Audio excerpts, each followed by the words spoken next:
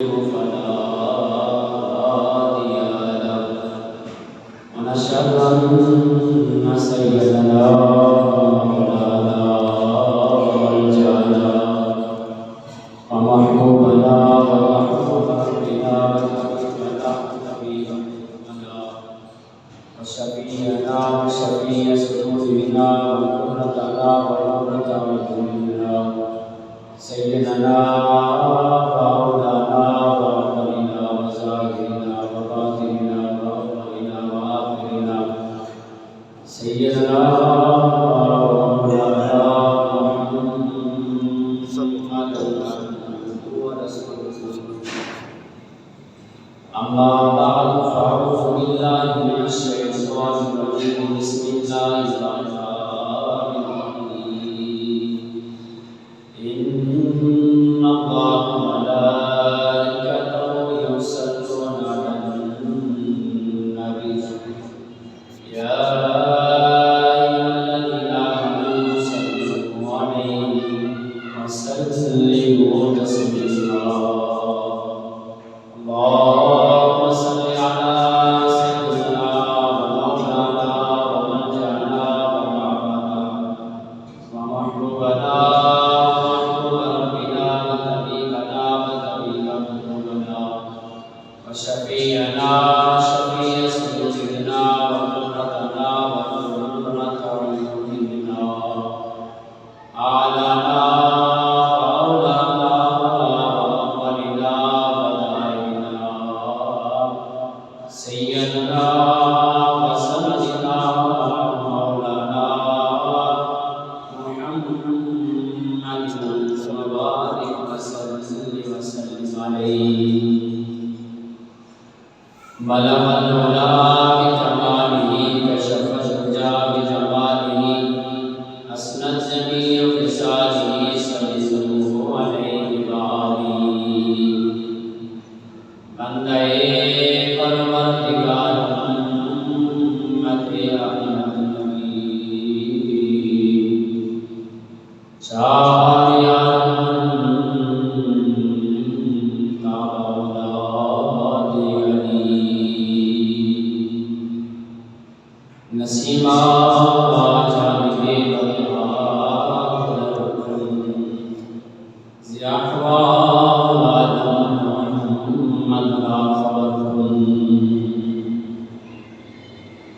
ونبي الذي ترجى شفاعته في كل حول من الأحوال والدين يا رسول الله انظر حالنا يا حبيب الله اسمع قالنا إنني في بحر مغرق خذ يدي سائزنا أشقانا خذ يدي سائزنا أشقانا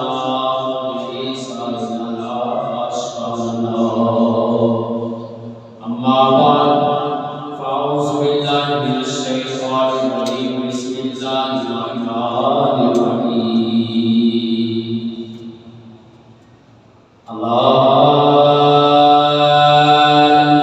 إن أولياء الله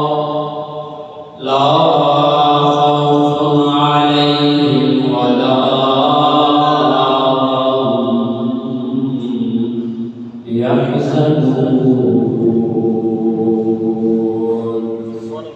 صدق الله مولانا العظيم وصدق رسول النبي الكريم ونحن على ذلك من الشاهدين والشاكرين والشهداء والصالحين والشاكرين والحمد لله رب العالمين.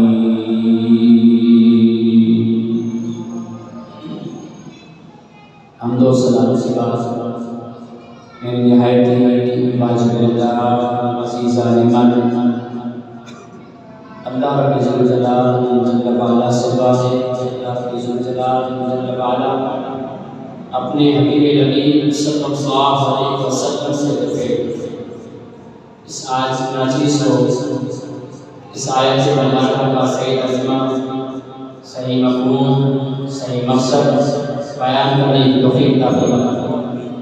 اور باری تعالیٰ سے دعا کریں کہ باری تعالیٰ اس آیت کے مبارکہ کے بیان کے بعد مقصد مضمون مطلب بیان کرنے کے بعد حاضرین مجلس، سامعین کرام اور امت مسلمہ، خاص الفواز اس معناچیز کو اس آیت مبارکہ کے بیان ہونے کے بعد اس پر عمل پیرا ہونے کی توفیق عطا فرمائے۔ وما توفیقی الا باللہ العلی العظیم۔ عزیزان گرامی، اللہ رب الجلال جل وعلا نے ہمیں جو اپنا محبوب عطا فرمایا، اس محبوب کے آمد جس دن میں فرمائی وہ دن تمام دینوں سے افضل، جو دین دیا اللہ تعالیٰ نے وہ دین تمام ادیان سے افضل ہے۔ جس شہر میں آپ کو بھیجا گیا وہ شہر تمام شہروں سے افضل ہے۔ جس مہینے میں آپ کی تشریف آوری ہوئی وہ مہینہ تمام مہینوں سے افضل ہے۔ جس سال میں آپ کی آمد ہوئی، آپ کی جلوہ افروزی ہوئی، وہ سال تمام سالوں سے افضل ہے۔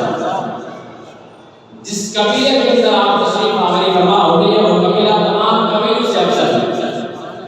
اور جس آپ خاندان کے اندر تشریف فرما ہوئے وہ خاندان تمام خاندانوں سے افضل ہے۔ جو اللہ تعالیٰ نے آپ کو والدین عطا فرمائے اور کل کائنات مل کر کے ایک بننے کی کوشش کریں تو بن نہیں سکتے، وہ والدین تمام والدین سے افضل ہے۔ اللہ تعالیٰ نے میرے سامنے اپنا محبوب عطا فرمایا۔ وہ محبوب کوئی عام محبوب نہیں ہے، ہم اپنا محبوب کسی کو دکھاتے نہیں ہیں، ہم اس سے محبت کرتے ہیں، اپنا محبوب کسی کو دکھانا نہیں چاہتے، لیکن میرے رب نے دکھایا بھی صحیح، ہمیں عطا بھی کر دیا۔ دینا تو دور کی بات ہے، دیتے نہیں ہیں، دکھاتے بھی نہیں ہیں، دکھانا تو دور کی بات ہے، میرے محبوب نے عطا بھی کر دیا، جلوہ افروزی فرما دیا، اللہ تعالیٰ نے دیدار کرنے کے لیے مواقع بھی عطا فرما دیا۔ اور اللہ تعالیٰ نے اس محبوب کائنات تاجدار مدینہ صلی اللہ علیہ وسلم کی غلامی کا پٹا ہم عاشقوں کو اپنے گلے میں پہننے کی اللہ تعالیٰ نے توفیق عطا فرمائی۔ حالانکہ دیکھا جائے تو ہم گناہگار ہیں، سیاہکار ہیں، بدکار ہیں، اقدار ہیں، گناہ کے دلدل میں پھنسے ہوئے ہیں، لیکن آپ سب یہ کہتے ہیں کہ یا الہی پھر بھی تیرے محبوب کی امت میں جو ہے بس صرف آسرا یہی ہے، اس کے علاوہ کوئی آسرا نہیں ہے۔ اس تاجدار مدینہ صلی اللہ علیہ وسلم کے غلاموں کا اگر ذکر کیا جائے نا تو کم، ان غلاموں کا ذکر اگر کیا جائے نا تو ہمارے روح کو رات ملتی ہے، ہمارے روح کو رات ملتی ہے، ہمارے چین ہمیں ملتا ہے، ہمیں سکون ملتا ہے۔ کیوں ملتا ہے؟ کیونکہ انہوں نے تمام تر زندگی اپنے رب کے حوالے کر دی، انہوں نے تمام تر زندگی ان کا اٹھنا، ان کا بیٹھنا، ان کا کلام کرنا، ان کا دیکھنا، ان کا چلنا پھرنا حکم ربی، حکم مصطفیٰ کے مطابق ہوا کرتا۔ میں ہر بیان کی ابتدا میں ایک قرآن کریم کی آیت پڑھتا ہوں، اس کا مقصد بیان کرتا ہوں، کیونکہ وہ آیت قرآن کریم کی میری نس نس میں واقف ہے اور میری نس نس میں، میرے رگ رگ میں اندر اتری ہوئی ہے، دل و دماغ کے اندر وہ ہے۔ اور اللہ تعالیٰ سے دعا کرتا ہوں کہ اللہ تعالیٰ ہر امت مسلمہ کو اس آیت اپنانے کی توفیق عطا فرمائے۔ اللہ تعالیٰ فرماتا ہے کہ دنیا میں نے بنائی، دنیا کے اندر میں نے ہر چیز میں نے بنا دی، ہر چیز میں تخلیق کر دی، ہر چیز تخلیق کرنے کے بعد پھر بھی اگر انسان میری نعمتوں کا شکر گزار ہونا چاہتا ہے، میری نعمتوں کا گنتی کرنا چاہتا ہے، شمار کرنا چاہتا ہے، تو دنیا ختم ہو جائے گی، نسلیں ختم ہو جائیں گی اور ہماری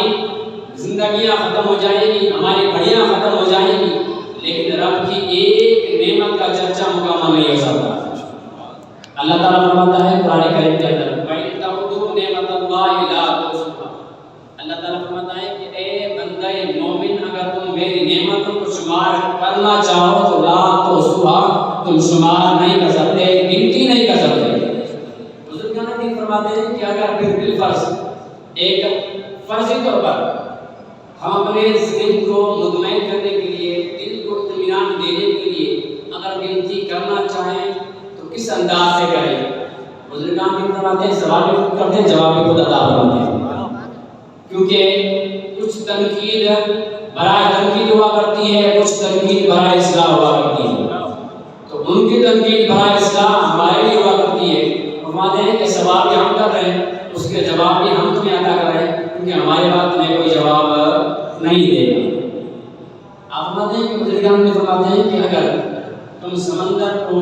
سیاہی بنا دو، عالم اسلام دنیا کے جتنے بھی درخت ہیں ان تمام درختوں کو ملا کر کے، ان کے پتوں کو ملا کر کے کاغذ بنا دو، ان پر لکھنا شروع کر دو، ہماری زندگیاں ختم ہو جائیں گی، یہ سیاہی ختم ہو جائے گی، یہ آپ کے کاغذ ختم ہو جائیں گی، آپ کے نسلیں ختم ہو جائیں گی، انسان کی انسانیت ختم ہو جائے گی، ہر چیز ختم ہو جائے گی، لیکن رب کی ایک نعمت کا چرچا مکمل بیان کر بھی سکتے ہیں۔ ان نعمتوں میں سے ہمارے لیے اللہ تعالیٰ نے نعمت عظمیٰ یہ عطا فرمائی کہ اللہ تعالیٰ قرآن کریم میں ان محبوب بندوں کا ذکر فرماتا ہے کہ الا ان اولیاء اللہ لا خوف علیہم ولا هم یحزنون۔ اللہ کا معنی حروف تنبیہ ہے، کیونکہ عربی کے معنی کے اندر ہے کہ جب کسی کو خبردار کیا جائے نا، اس سے باخبر کیا جائے، ڈرایا جائے، دھمکایا جائے، خبردار، میں کسی کو کہوں کہ خبردار میرے قریب اگر آ گئے، میرے کسی چیز کو کسی نے ٹچ کر لیا، تو اللہ تعالیٰ قرآن کریم کے اندر حروف تنبیہ سب سے پہلے فرماتا ہے کہ الا خبردار ان اولیاء اللہ، جن لوگوں نے اپنی تمام تر زندگی رب کے حوالے کر دی، اللہ تعالیٰ انہیں اپنا قرب جواب میں جگہ عطا فرماتا ہے، انہیں اللہ تعالیٰ قرآن کریم کا ذکر اس طرح فرماتا ہے کہ وہ میرے محبوب ہیں،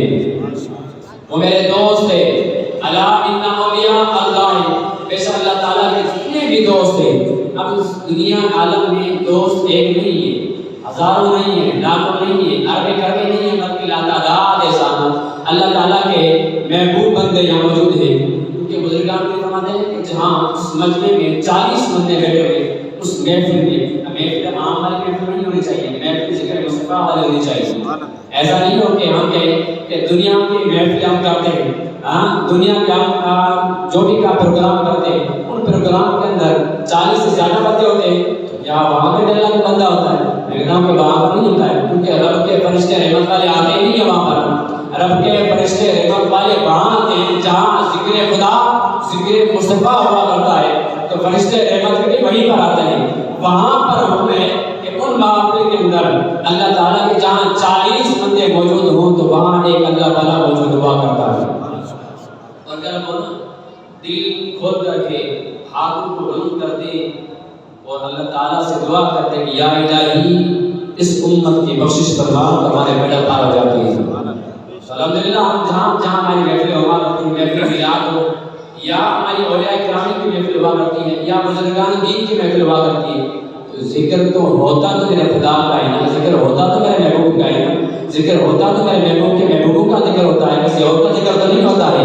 ایسا نہیں ہے کہ ہم اپنا ذکر کرتے ہیں یا ہم اپنے دوست احباب کا ذکر کرتے ہیں یا ہم اپنے معاشرے کا ذکر کرتے ہیں، ذکر کرتے ہیں تو خدا وحدہ لا شریک لہ، ذکر کرتے ہیں تو اس وحدہ لا شریک لہ کے آخر زمان نبی تاجدار انبیاء محمد مصطفیٰ جناب احمد مصطفیٰ صلی اللہ علیہ وسلم کا ذکر کرتے ہیں۔ ذکر کرتے ہیں تو آپ کے غلاموں کا ذکر کرتے ہیں، ذکر کرتے ہیں تو خلفائے راشدین کا ذکر کرتے ہیں، ذکر کرتے ہیں تو امہات المومنین کا ذکر کرتے ہیں۔ اگر ذکر ہم کرتے ہیں تو پھر ہم شہداء کربلا کا ذکر کرتے ہیں، اہل بیت کا ذکر کرتے ہیں، آپ کی اولاد مطہرہ کا ذکر کرتے ہیں، جن کا تعلق تو ہے نا، جن کا تعلق ایسا تعلق ہے تو شاید پتہ ہے کہ تیری نسبت میں سوارا میرا اندازی حیال،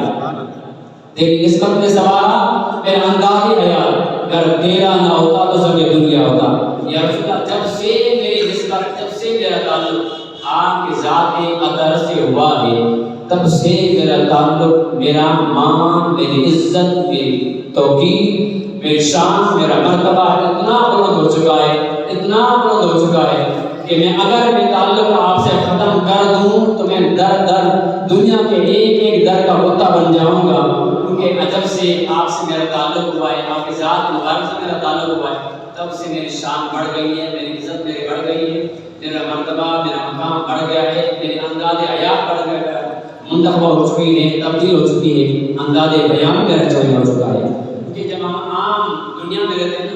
عام دنیا میں رہنے کے بعد ہماری ریئیکشن الگ ہوتی ہے.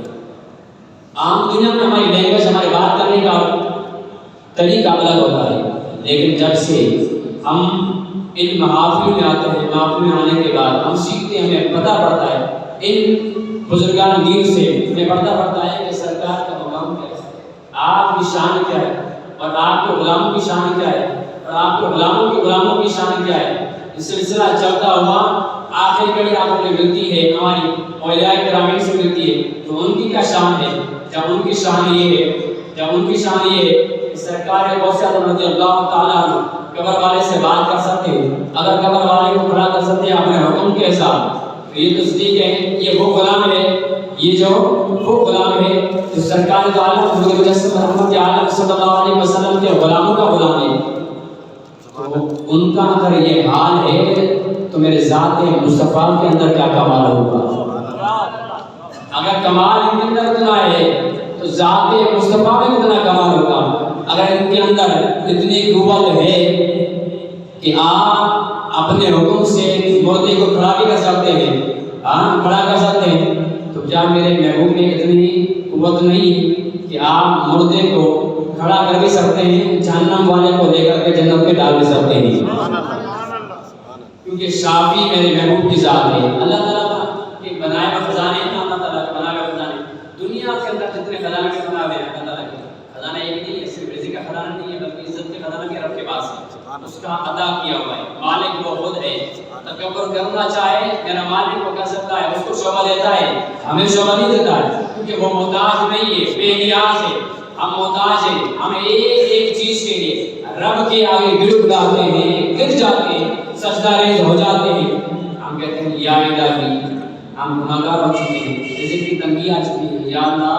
ہمارے اندر وبال آ چکا ہے، ہمارے اندر قحط سالی آ چکی ہے. یا الہی ہمیں اولاد نہیں ہے، یا الہی ہماری اولاد ہے لیکن ہم بردار نہیں ہے. یا الہی اپنے حبیب علیہ السلام کے دفعے ان تمام کاموں کے اندر آسانی عطا فرما. خزانے تو رب کے بنائے ہوئے ہیں لیکن تقسیم کرنے والی ذات کس کی ہے؟ حضرت محبوب علیہ السلام کے حدیث قدسی آپ فرماتے ہیں کہ اللہ یعطی وانا قاسم، اللہ تعالیٰ مجھے عطا کرتا ہے، تقسیم کرنے والی ذات کوئی اور نہیں ہے، محمد عربی کی ہوا. تو تقسیم کرنے والی کوئی ذات کوئی اور نہیں ہے، محمد عربی والی ذات ہے، یہی تقسیم کرنے والی ذات ہے. تو اللہ تعالیٰ اپنے حبیب نبی صلی اللہ علیہ وسلم کے دفعے ہمیں کیا عطا کرتا ہے؟ اولیاء کرام کی ہمیں صحبت اللہ تعالیٰ عطا کر دی، صالحین کی صحبت اللہ تعالیٰ ہمیں عطا کر دی. سب سے بڑی غنیمت ہمارے لیے یہ ہے کہ اللہ تعالیٰ نے ہمارے اوپر کرم نوازی یہ فرمائی ہے کہ اپنے در کے اندر بلا تو رہا ہے. ایک وقت نہیں، دو وقت نہیں، تین وقت نہیں، چار وقت نہیں، بلکہ 5 ٹائم بھی بلاتا ہے. بلاتا کس انداز سے کہ بلاوا آتا ہے نماز کا. آزان ہوتی ہے، جب آزان ہوتی ہے تو ہر بندے کے دل کے اندر، دماغ کے اندر خیالات یہ بننا شروع ہو جاتے ہیں کہ اب نماز کا بلاوا آ چکے ہیں، اب جائیں ہم رب سے ملاقات کریں. میرے محبوب علیہ السلام جب معراج کر گئے تھے تو اللہ تعالیٰ سے ملاقات کی تھی. ملاقات کرنے کے بعد اللہ تعالیٰ کے ہاں میرے محبوب علیہ السلام نے عرض کی کہ یا الہی یہ تو میں تھا، مجھے ملاقات کا شرف ملا، مجھے مقام ملا کہ تیری ملاقات مجھے ہوئی، تیری زیارت مجھے ہو گئی، تجھ سے ملاقات ہو گئی، ظاہر ملاقات ہو گئی. لیکن میری امت کے لیے کیا ہونا چاہیے؟ میری امت کے لیے ہونا چاہیے. تو میری امت کے لیے کیا ہے؟ تو اللہ تعالیٰ نے فرما دیا کہ اے محمد مصطفیٰ صلی اللہ علیہ وسلم، اے میرے محبوب آپ ان لوگوں کو کہہ دو اپنی امت سے اعلان کر کے کہہ دو کہ اگر مجھ سے ملاقات کرنا چاہتے ہیں تو الصلاۃ معراج المومنین، مومنین کی معراج کیا ہے؟ اللہ تعالیٰ سے ملاقات کرنا چاہتے ہیں تو نماز کے اندر آ جائیں، نماز ادا کریں. لیکن نماز ایسی نہیں ہونی چاہیے کہ نماز کے اندر ہم موجود ہم یہاں پر ہیں، ہمارے جسم تو یہیں پر ہے، نماز کے اندر ہیں لیکن روح ہماری جسم میں ہماری نماز کے اندر موجود نہیں ہے. ایک بندہ امام سے نماز پڑھا رہے تھے، اس کی پیچھے ایک بندہ نماز پڑھ رہا تھا. اتفاق کی بات ہے کہ 4 رکعت والی نماز میں 3 رکعت کے اندر امام نے سلام پھیر لیا، لیکن کسی نمازی کو پتہ نہ تھا کہ نماز رکعتیں 3 ہوئی ہیں یا 4 ہوئی ہیں. سب کو پتہ تھا کہ 4 رکعتیں ہوئی ہیں، لیکن ایک بندے نے کہا کہ حضور آپ نے رکعتیں پڑھائی ہیں، 3 پڑھائی ہیں، 4 نہیں پڑھائی ہیں. آپ سے معلوم ہوا جب مجھے یاد ہے کہ آپ نے 3 رکعت پڑھائی ہے 4 نہیں پڑھائی، پر کنفرم بات ہے دماغ دوبارہ دہرائی آتی ہے، دماغ دوبارہ دہرائی گئی، دماغ دہرانے کے بعد جب نماز کمپلیٹ ہو گئی، نماز کمپلیٹ ہونے کے بعد سلام ہوا، دعا ہوئی، دعا ہونے کے بعد جب امام اپنا مصلی چھوڑ کر کے جوان جانے لگا، امام کے اندر دل کے اندر خیال آیا کہ میں یار کسی معلوم تو کر دوں کہ نماز کے اندر کسی کو پتہ نہیں ہے یا میرے پیچھے 25 ہیں نمازی ہیں یا 30 ہیں یا 50 ہیں، جتنے بھی ہیں ان سب میں سے صرف ایک ہی بات بندہ جو ہے نا وہ اتھینٹک بات کر رہا ہے اور صحیح بات کر رہا ہے، وہ کہہ رہا ہے کہ بس آپ نے 3 رکعت پڑھائی ہے، اسی کو پتہ ہے، کسی کو پتہ نہیں ہے، تو میں معلوم تو کروں کہ کس حساب سے بتا رہا ہے، کس طرح بتا رہا ہے کہ آپ نے 3 رکعتیں پڑھائی ہیں۔ اسے بلایا گیا، امام صاحب اسے حجرے میں لے کے جانے کے بعد امام صاحب نے فرمایا کہ حضرت ایک بات کرنا چاہتا ہوں آپ سے کہ آپ نے جب مجھے کہا کہ حضرت آپ نے نمازیں پڑھائی ہیں، 4 رکعت والی نماز کی ہے تو آپ نے رکعتیں پڑھائی تھیں، لیکن کسی سے میں نے معلوم کیا سب نے کہا کہ 4 رکعت ہوئی ہے لیکن آپ نے کہا کہ 3 رکعت ہوئی ہے، لیکن آپ کے علم میں کس طرح بات آئی؟ تو کہنے لگا افسوس ہوتا ہے اس بات کا، وہ بندہ کہنے لگا کہ حضرت بات یہ ہے کہ جب آپ 4 رکعت والی نماز پڑھاتے ہیں تو آپ کے پیچھے میں صرف 4 رکعت والی نماز پڑھتا ہوں، کوئی اور نماز نہیں پڑھتا۔ میں نے کیوں؟ وجہ کیا ہے؟ وجہ یہ کہ میرا بزنس چلتا ہے 4 دکانوں کے اوپر، میرا بزنس چلتا ہے 4 دکانوں کے اوپر،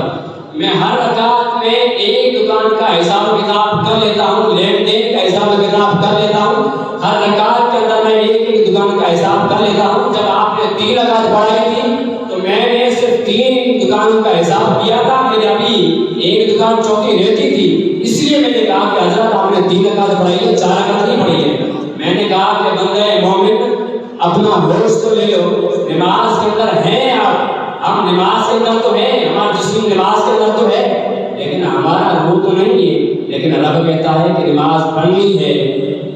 تو خشوع اور خضوع والی نماز پڑھنی ہے، عاجزی اور انکساری والی نماز پڑھنی ہے۔ ایسا نہ ہو کہ جسم تو ہمارا ہے، نماز کے اندر ہماری روح نہیں ہے، ہماری روح کہیں اور ہے، کہیں حساب کتاب چل کر رہے ہیں، کہیں تو ہمارا خیال کہیں اور پر ہے، میں نے دکان کا شٹر بند کیا نہیں کیا، میں نے فلاں بندے کو سودا دیا اس سے حساب کتاب کیا ہی نہیں کیا، میں نے فلاں بندے کو سامان دینا ہے، فلاں بندے سے پیسے لینے ہیں، ان سے میں نے اپنی ریکوری کرنی ہے، میں نے کی یا نہیں کی، مجھے یہ کام کرنا تھا، مجھے یہاں جانا تھا، میں گیا نہیں گیا، مجھے وہاں جانا تھا، میں وہاں جاؤں گا، میں وہاں سے ہو کر کے آیا ہوں، لیکن یہ خدا را ان تمام کاموں کو چھوڑ کر کے رب کہتا ہے کہ جب مجھ سے ملاقات کرنی ہے نا تو دنیا سے اپنا تعلق کاٹ کر کے پھر آ جاؤ، دنیا سے تعلق ختم کر کے پھر آ جاؤ، تعلق جوڑنا ہے تو کس سے جوڑنا ہے؟ تعلق جوڑنا ہے تو صرف وحدہ لا شریک لہ سے جوڑنا ہے۔ جب آپ کا تعلق وحدہ لا شریک لہ سے جڑ جائے گا تو سمجھ لینا کہ نماز کی ایک ایک لمحے کے اندر اللہ تعالیٰ کی زیارت میں ہوتی رہیں گی، لیکن نماز وہ جو ہماری عاجزی انکساری والی نماز ہوگی، نماز وہ جس نماز کے اندر ہمارے خشوع اور خضوع والی نماز ہوگی، ایسی نمازیں اللہ تعالیٰ اپنی بارگاہ میں قبول فرماتا ہے۔ اور اگر ہماری نمازیں ہوں گی وہ کہ دنیا کے دکھاوے کے لیے بس سجدہ کیا اب سیدھا بیٹھے گے، سیدھے ہم بیٹھے گے، دوسرا سجدہ میں نکل گیا، یا ہم رکوع کے اندر گئے، رکوع کے جانے کے بعد اب رکوع سے کھڑے ہونے کے بعد ہم یہاں کرتے ہیں، کھڑے جاتے ہیں، لیکن ہم کھڑے سیدھا نہیں ہوتے، ہم ڈانٹ کرتے ہیں تو اللہ اکبر، سیدھا کیسے نہیں کرتے۔ ایسی اگر نماز ہوگی، ایسی نماز تو میری سوچتی ہے کہ ایسی نمازیں آپ کی قبول نہیں ہوتی ہیں، آپ کی نماز اس طرح ہوگی نہیں، کیونکہ نماز کے ارکان ہوتے ہیں وہ آپ نے ارکان ادا کیے نہیں۔ نماز کا ارکان کیا ہے؟ جب آپ سجدے کے اندر جائیں گے، سجدہ پہلا کر کے جب آپ واپسی آئیں گے تو آپ نے سیدھا بیٹھنا ہے، کمر کو سیدھا کرنا ہے، پھر اس کے بعد چند سیکنڈ کے بعد پھر جا کر کے آپ دوسرا سجدہ کریں گے۔ ہم کیا کرتے ہیں کہ سجدہ پہلا کیا، واپسی آئے، اپنے سیدھا کھڑے بیٹھے نہیں ہیں، سیدھا دوسرا سجدہ ہم نے کر لیا، ایسے ہی نماز ہماری قبول نہیں ہوتی ہے۔ دوسرا مسئلہ یہ کہ کافی لوگوں کے اندر میں نے یہ دیکھا ہے، میں نے محسوس کیا ہے،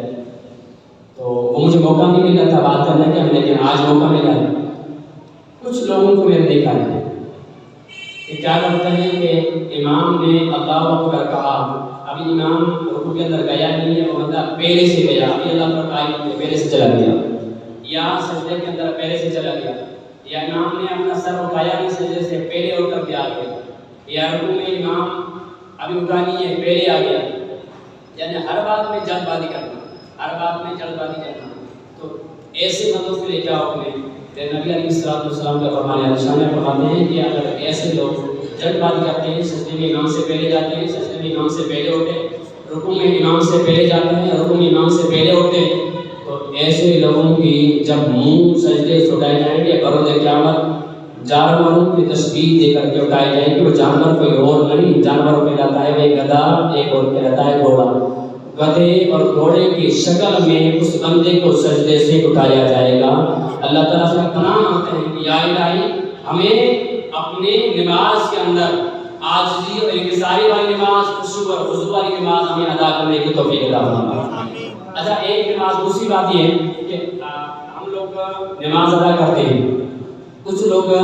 کے اندر جو ہے عذر ہوتا ہے کہ نماز ادا کرتے ہیں کرسی پہ بیٹھ کر کے نماز ادا کرتے ہیں، تو کرسی پر نماز ادا کرنے کا طریقہ یہ رہتا ہے کہ آپ کا ٹیکا جو ہے پیچھے کرسی پر نہیں ہونا چاہیے، کیونکہ جب آپ کا ٹیکا کرسی کے اندر ہو جائے گا تو حکم یہ ہے کہ اگر بالفرض ایسا ٹیکا ہو کہ کسی نماز کے اندر آپ ٹیکا لا کے نماز پڑھ رہے ہیں، نماز ادا کر رہے ہیں، اگر وہ ٹیکا ادا کیا جائے آپ کا جھٹکا لگے، اس صورت میں نماز آپ کا وضو چلا جائے گا۔ جب وضو کیا تو آپ کی نماز بھی گئی آٹومیٹک، کیونکہ ہمارا تعلق نماز کا ہوتا ہی وضو پر ہے۔ جب وضو ہمارا گیا تو آٹومیٹک ہماری نماز بھی چلی گئی۔ اور ہم کیا کرتے ہیں کہ ٹیکا لا کے نماز پڑھتے ہیں، ہمارے دونوں ہاتھ کرسی پر ہی ہوتے ہیں، بالکل فل ٹیکا ہوتا ہے۔ اس صورت میں کیا ہوتا ہے؟ ہماری نماز ادا نہیں ہوتی ہے، اس صورت میں ہماری نماز ادا نہیں ہوتی ہے۔ یا تو یوں بیٹھتے ہیں، یا تو اکثر میں نے دیکھا ہے کہ نماز کے اندر ہم بیٹھتے ہیں کرسی کے اندر، ہمارے پاؤں اس طرح ہوتے ہیں، پاؤں ٹیڑھے ہوتے ہیں،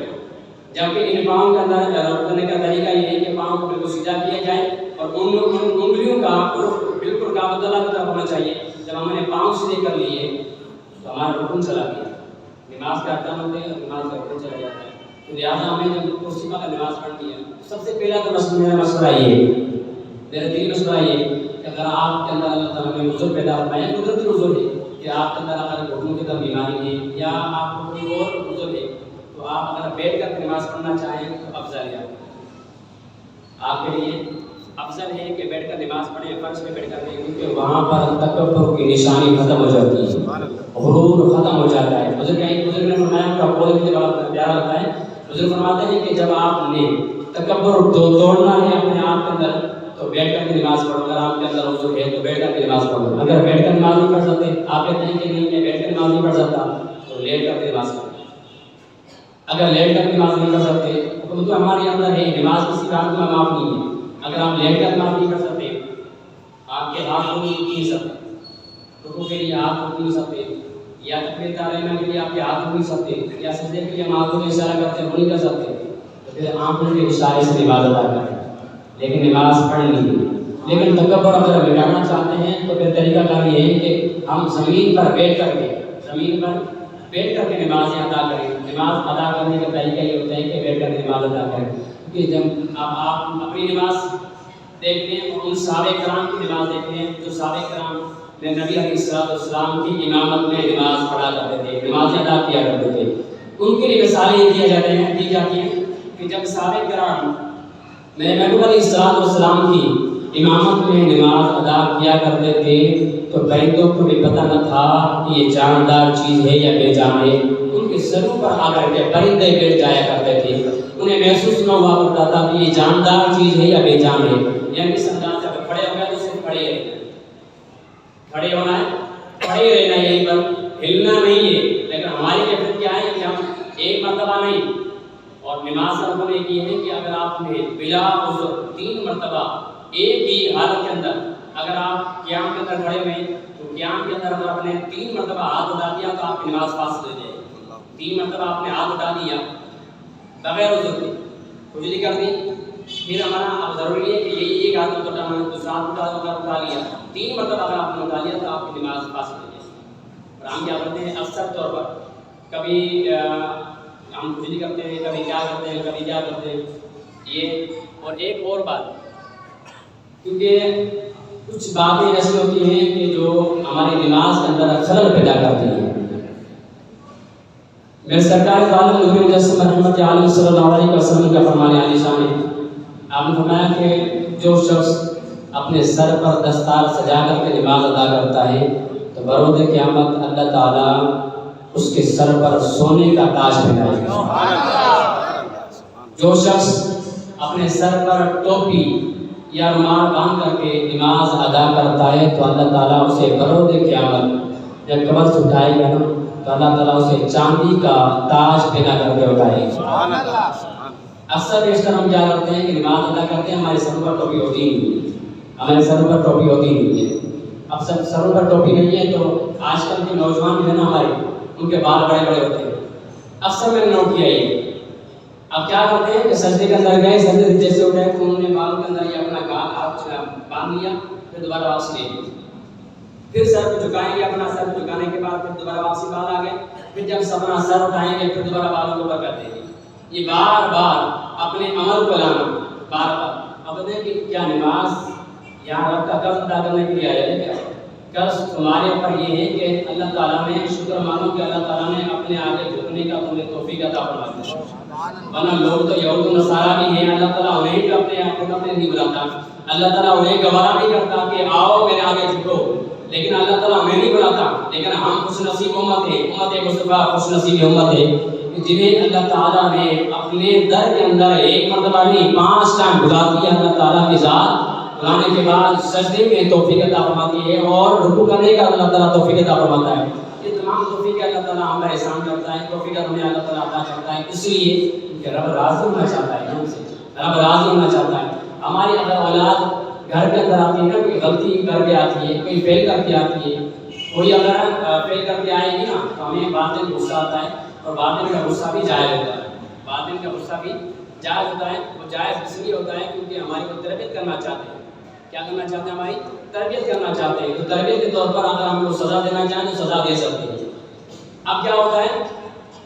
اب واقعی میں ہمیں سامان مار دیا یا ڈانٹ دیا یا انہوں نے لاٹھی کا استعمال کر لیا یا ہاتھ کا استعمال کر لیا، ہمیں سزا دے دی۔ رب فرماتا ہے کہ جب تمہارے والدین تم غلطی کر کے گھر کے اندر جاتے ہو تو تمہارے والدین تمہیں ڈانٹ دیتے ہیں، تمہیں مارتے ہیں، تمہیں تھپڑ مارتے ہیں، تمہیں ڈنڈی مارتے ہیں، لیکن میں تمہاری 70 ماؤں سے زیادہ شفیق ہوں۔ تم سمجھ لو کہ جب تم گناہ کر کے، گناہ ایک نہیں کرتے، ہزاروں گناہ کرتے ہو، ہزاروں گناہ کر کے جب واپسی آتے ہو، میرے رب کی بارگاہ میں آتے ہو، عاجزی اور انکساری سے خشوع و خضوع سے نماز ادا کرتے ہو، نماز ادا کرنے کے بعد سجدے میں گر جاتے ہو، گڑ گڑا کر کے رب سے معافی مانگتے ہو، تو پھر میں تمام فرشتوں کو حکم دیتا ہوں، اے فرشتوں گواہ بن جانا، آج سے پتہ پڑا ہے کہ میں ہی اس کا مددگار ہوں، میرے علاوہ کوئی نہیں ہے۔ اعلان کر دو میں نے اس کے تمام گناہوں کو معاف فرما دیا۔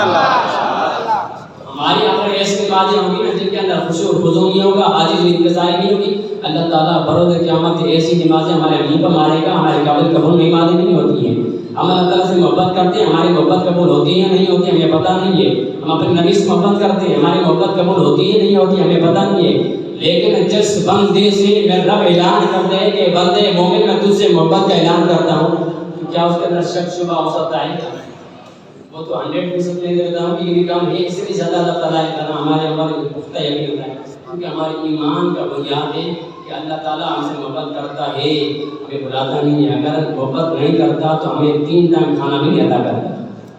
اللہ تعالیٰ ہمیں بلاتا بھی نہیں۔ اللہ تعالیٰ سے توفیق، اللہ تعالیٰ سے دعا ہے کہ اللہ تعالیٰ اپنے حبیب نبی صلی اللہ علیہ وسلم کے توفیق ہمیں خشوع و خضوع والی نمازیں، عاجزی و انکساری والی نمازیں ادا کرنے کی توفیق عطا فرمائے۔ تو ایک ضروری اعلان یہ کہ